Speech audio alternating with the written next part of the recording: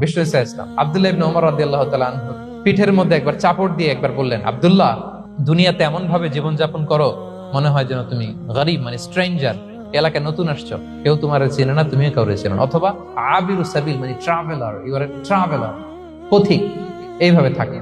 ধরো একটা জায়গায় গেছেন, কেউ আপনার চিনে না, জানে না, ওই জায়গায় আপনি বাড়িঘর করবেন? কারণ তো চিনেনই না, এটা সেফ এলাকা, তাও জানেন না, টাকাও তো নিয়ে আসেন নাই, বাড়িঘর করবেন, কিছু করবেন?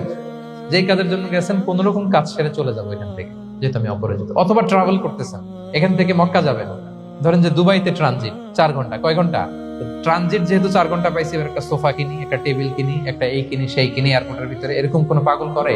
তাহলে এই 4 ঘন্টা ট্রানজিটে কি করে? এই চা খেতে খেতে, মসজিদের ভিতরে 2 রাকাত নামাজ পড়তে পড়তে, ওয়েটিং এরিয়াতে বসে পত্রিকা পড়তে পড়তে কোন রকম কাটায় দেওয়া, কি বলেন? নাকি ওইখানে সোফা টোফা, বাড়ি ঘর, এটা সেটা কিনা শুরু করেন 4 ঘন্টার জন্য? এরকম কোন পাগল আছে এরকম? না।